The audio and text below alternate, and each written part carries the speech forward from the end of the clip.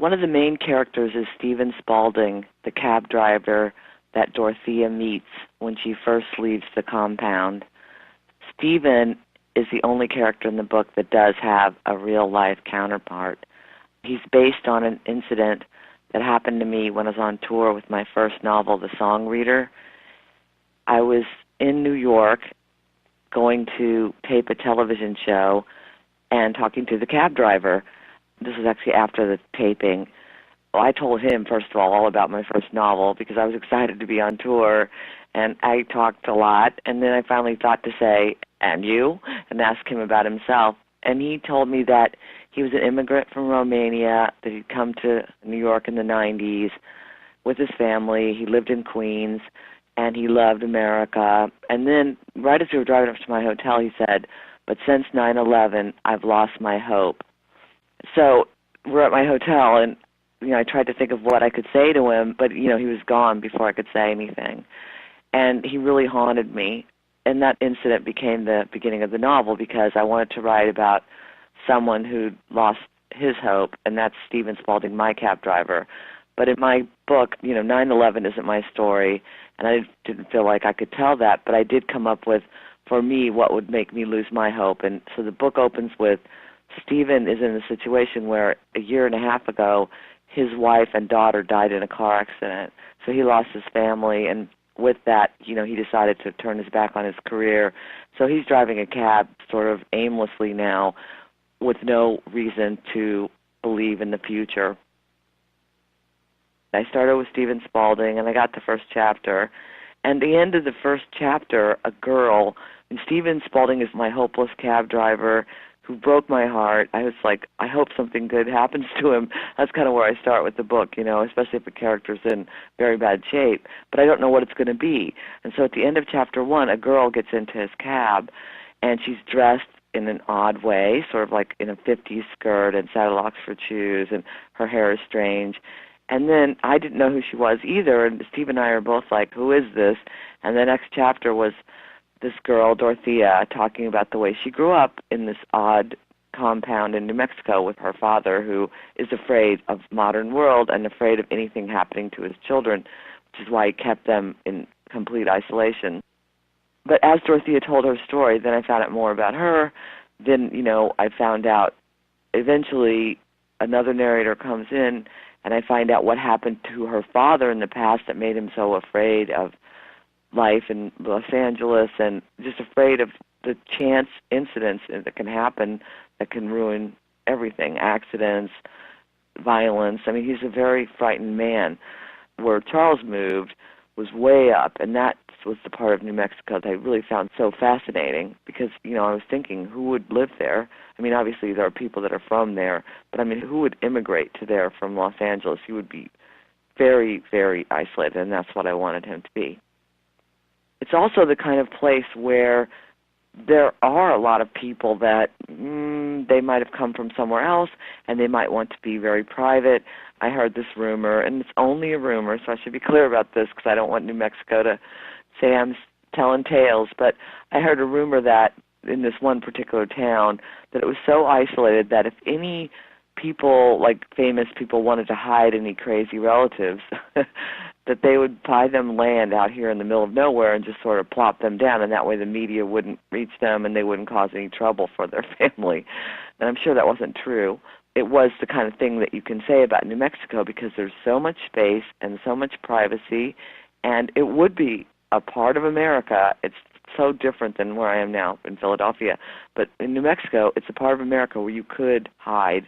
You could be there for years, and no one would necessarily find you. It's really wilderness, and you definitely get that wild, wild west feeling when you're out there compared to the East Coast.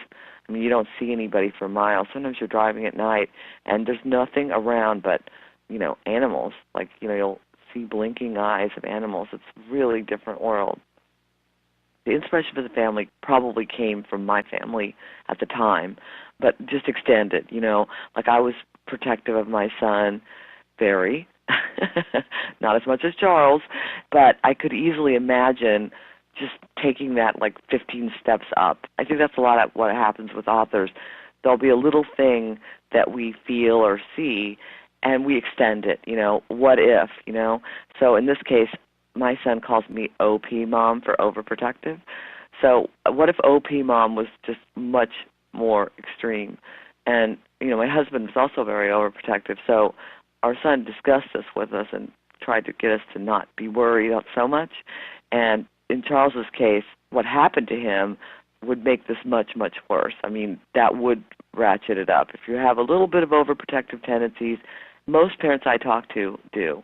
When I was on tour, I met a lot of parents in book clubs and things, and I do think people have a sense that, and whether it's right or wrong statistically, but they have a sense that their children are really unsafe in the modern world and that they don't know how to keep them safe.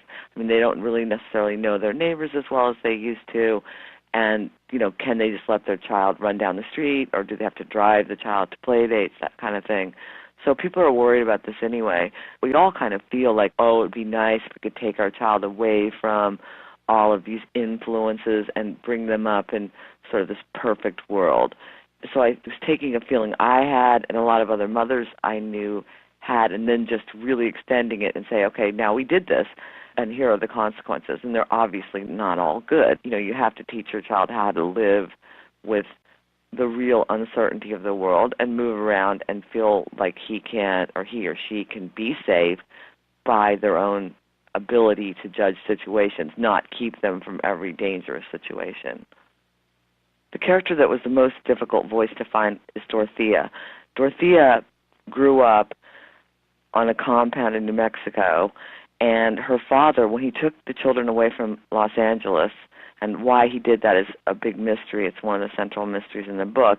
He left his life behind and ran from everything to take his kids to this sort of wilderness, although it's an upscale wilderness, if you will, because they have every luxury, but they're away from everybody else, and they don't have any contact with town or newspapers or internet or the radio, so they don't know what's going on in the modern world. So Dorothea is basically raised from reading novels. I mean, that's her education, reading old encyclopedias and reading 19th century novels. She's read Jane Eyre like 18 times. So Dorothea certainly doesn't have a modern vocabulary, and a lot of the things that she speaks in a little more formal way, and she also doesn't have any of the common references that we have. So there are things like video stores that Dorothea has to ask what this is. So I had to figure out what Dorothea would know and what she wouldn't know without, sort of overwhelming the plot with, okay, well, every little thing that she doesn't know has to be explained. I had to carefully move around because she is very intelligent and figures things out quickly. She just starts out from a place where she's sort of in the world for the first time. In each case, the character comes to me and just sort of, there they are in the story. They arrive, They, walk in. I don't know who they are. I don't even know their name. And so I have to keep listening to them until they sort of tell me. It sounds so weird, and I really wouldn't have understood it myself until I started writing. But until they tell me a little more about them, I can't force it. I don't outline beforehand and say, okay, I'll have a character like this and a character like that. It doesn't work that way. Somebody just walks to the door. It's like, hello, and hopefully they move the plot forward. I mean, then after the book is written and I know the characters and I've followed their voices, then I do an outline and make sure that everything fits together and, moves things around a bit and just make it coherent. But the initial draft is always very much character-driven, literally. They drive me.